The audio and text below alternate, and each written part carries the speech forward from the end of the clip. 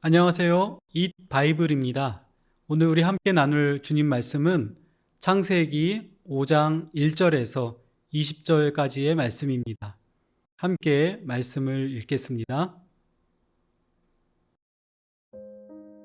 아담의 역사는 이러하다. 하나님이 사람을 창조하실 때에 하나님의 형상대로 사람을 만드셨다. 하나님은 그들을 남자와 여자로 창조하셨다. 그들을 창조하시던 날에 하나님은 그들에게 복을 주시고 그들의 이름을 사람이라고 하셨다. 아담은 130살에 자기의 형상, 곧 자기의 모습을 닮은 아이를 낳고 이름을 셋이라고 하였다. 아담은 셋을 낳은 뒤에 800년을 살면서 아들, 딸을 낳았다. 아담은 모두 930년을 살고 죽었다. 셋은 105살에 에노스를 낳았다. 셋은 에노스를 낳은 뒤에 807년을 살면서 아들, 딸을 낳았다. 셋은 모두 912년을 살고 죽었다. 에노스는 90살에 게난을 낳았다. 에노스는 게난을 낳은 뒤에 815년을 살면서 아들, 딸을 낳았다. 에노스는 모두 905년을 살고 죽었다. 게난은 70살에 마할랄레를 낳았다. 게난은 마할랄레를 낳은 뒤에 840년을 살면서 아들, 딸을 낳았다. 게난은 모두 910년을 살고 죽었다. 마할랄렐은 65살에 야렛을 낳았다. 마할랄렐은 야렛을 낳은 뒤에 830년을 살면서 아들, 딸을 낳았다. 마할랄렐은 모두 895년을 살고 죽었다. 야렛은 162살에 에녹을 낳았다. 야렛은 에녹을 낳은 뒤에 800년을 살면서 아들, 딸을 낳았다. 야렛은 모두 962년을 살고 죽었다. 창세기 5장은 아담 이후 노아 가정에 이르기까지의 계보를 정리해주고 있습니다. 먼저 1절, 2절에서는 창세기 1장과 2장에 기록된 사람의 창조 이야기를 간략하게 요약해 줍니다. 우리는 아담과 하와의 범죄, 그리고 가인의 범죄와 아벨의 죽음을 보면서 하나님의 말씀에 대한 불신과 불순종이 사람의 마음과 행동, 인간관계, 사회생활 속에 얼마나 치명적인 타격을 입히는지를 보았습니다.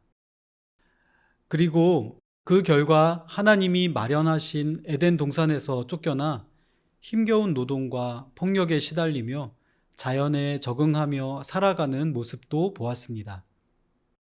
죄의 영향은 여전하고 인간은 그 무거운 형벌을 짊어지고 살 수밖에 없습니다. 그러나 1절, 2절은 그 가운데서도 하나님의 창조의 기초는 건재하다는 것을 말해줍니다. 하나님이 그분의 형상으로 사람을 지으셨고 남자와 여자로 지으셨으며 그들에게 생육하고 번성하여 창조 세계를 다스리도록 복 주셨다는 사실을 다시 상기시킵니다. 죄 때문에 우리의 형상이 깨어지고 손상되었지만 하나님은 그분의 창조의 비전을 버리지 않고 오히려 회복하려 하십니다. 여러 세대를 통해 구원의 은혜를 베푸십니다. 이어 소개되는 아담 계보에는 중요한 특징이 발견됩니다.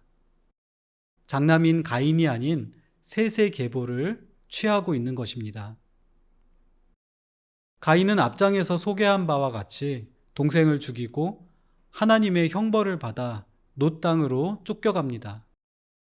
거기서 도시를 세우고 가게를 일으키며 후손인 라멕 등을 통해 커다란 문명의 발달을 일으킵니다. 앞에 4장에서는 가인의 가게를 소개함으로써 그들 나름의 존재의 의미를 기록해 주는 것처럼 보입니다. 그러나 창세기 기자는 가인이 아닌 셋의 가게를 노아와 셈을 통해 아브라함에게까지 이어지는 언약의 계보로 선택하고 있습니다. 아담이 셋을 낳은 장면에 자기의 형상, 곧 자기의 모습을 닮은 아이를 낳고 이름을 셋이라고 하였다는 표현은 마치 하나님이 그분의 형상으로 사람을 지으셨다는 1장 27절과 5장 1절의 말씀을 떠올리게 합니다.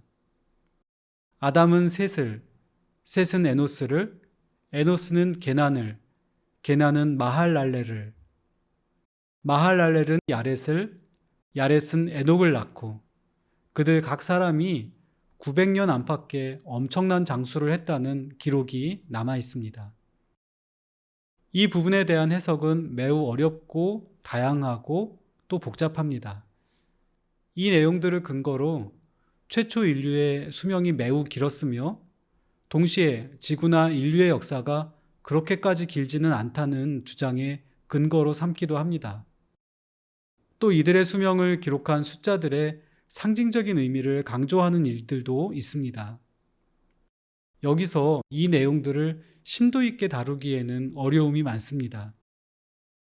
그러나 기록된 인물들이 일정한 시기와 공간에서 역사를 이어가며 존재했다는 사실, 셋의 가문이 아담으로부터 노아와 아브람에 이르는 언약의 계보에 연결고리 역할을 했다는 사실을 염두에 두고 본문을 읽으면 유익할 것입니다. 하나님은 진노 중에도 은혜와 긍휼을 베푸십니다. 아담과 하와는 선악과 사건으로 처절히 무너졌습니다. 에덴에서 쫓겨난 이후 낳은 아들 두 사람이 서로 죽이고 죽임당하는 모습을 보며 깊은 아픔과 함께 죄의 무서움을 뼈저리게 느꼈을 것입니다. 그러나 거기서 모든 것이 파국에 이르지 않고 셋이라는 새로운 소망의 가지를 발견합니다. 그리고 하나님은 거기서부터 구원의 언약을 향한 여정을 다시 시작하십니다. 하나님은 진노 중에도 은혜를 베푸십니다.